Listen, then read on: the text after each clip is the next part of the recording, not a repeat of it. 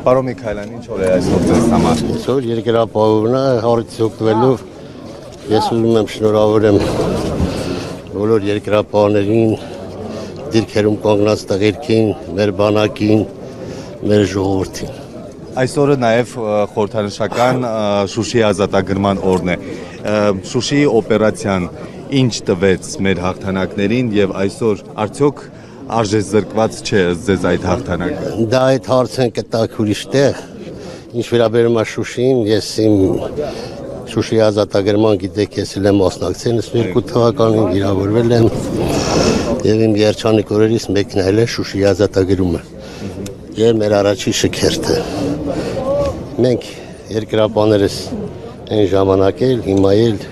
նույն առաքելությունն ենք տանում, այսօր էլ Վազգենի թողած պատգամն ենք տանելու, միջև վերջել կտանենք։ Հիմա երբ Շուշին չկա։ Մի րոպե։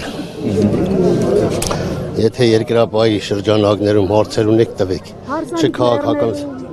Այստեղ երկրապահների շրջանակն է, որտեղ երկրապահների մեծ մասը մենք ձեր հարցազրույցում ենք ասում էին հարսանիք լեռներում պիտի լինի եւ Արցախը պիտի կրկին ազատագրվի։ Բայց այդ գիտես ինչից եկա հարսանիք լեռներում։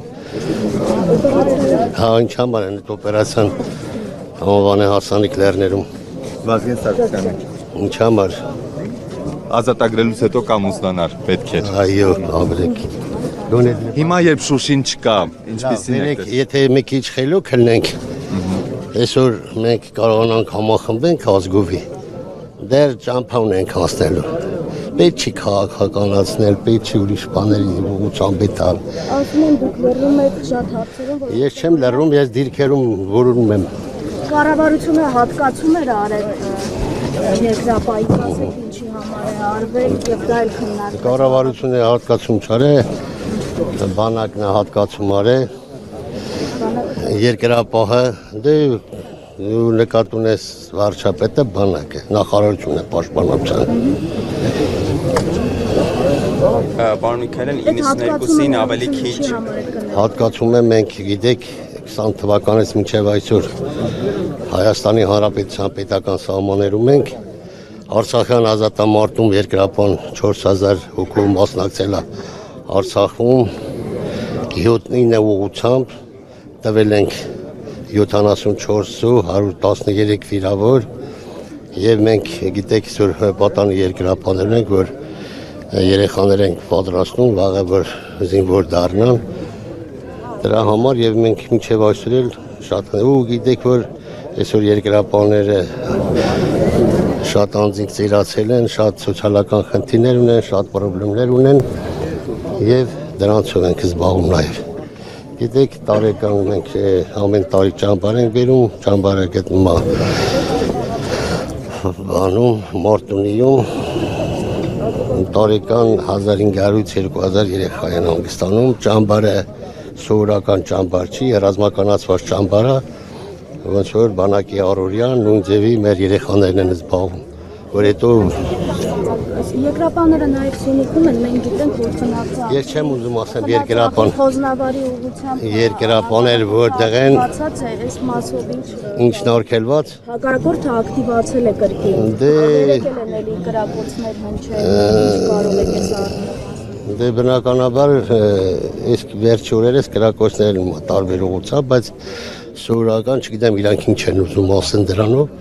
կրակոցներ լինում են։ Ինչ վերաբերում է երկրապահներ տարբեր ուղղությամբ այսօր են կանգնած մեծ թվականակով, չեմ ուզում թվականակացնեմ եւ ասեմ որ ուղղությամբ։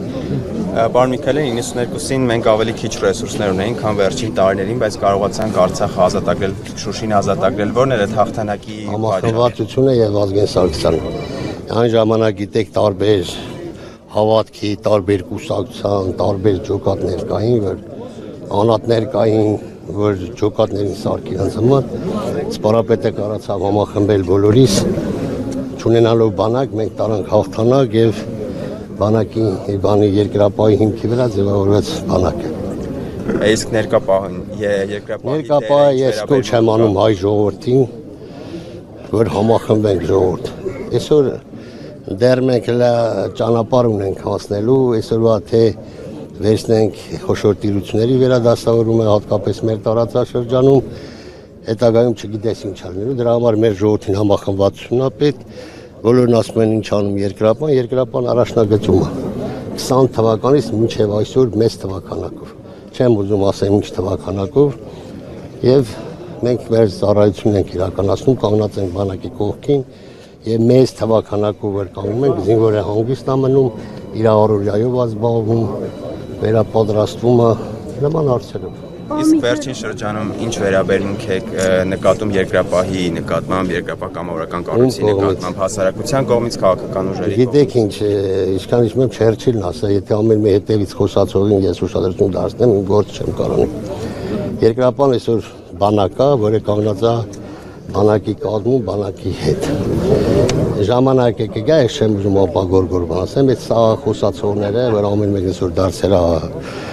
հայրենիքի հերոս, պաշտպան, բայց չգիտի մեր արևը որտեղից են ու որտեղ է մտնում, իսկ երկրապահն կանգնած է, ես չեմ ուզում հետագայում երևա ժողովուրդը կհասկանա այս տարիների ընթացքում հետպատերազմյան ժամանակաշրջանում ինչ արել երկրապահն Հայաստանի Հանրապետության պետական Մանվել Գրիգորյանի հետ կապված քննարկումները այս օրերին ակտիվացել են, որովհետև երրորդ նախագահը նաև խոսել էր Մանվել Գրիգորյանի վերաբերյալ, դուք ինչ կարող եք ասել։ Երրորդ նախագահը Մանվել Գրիգորյանը իմ արտական ընկերն է եղել, ուրիշ բաներ չեմ ասի, բլուզ դրան էլ երրորդ նախագահը որ խոսացել է, այսօր այն Մանվել Գրիգորյանի որ բռնին երրորդ նախագահի կուսակցական անդամ է, իրանից թող ճշտի։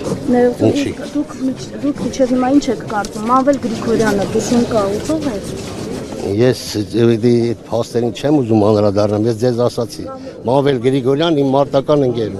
Պարոն Միքայելյան, Շուշին դժբախտ դժգույն էր, թե ռազմավարական կարևոր հենակեց։ Արդեն ուրիշ տեղ տարած։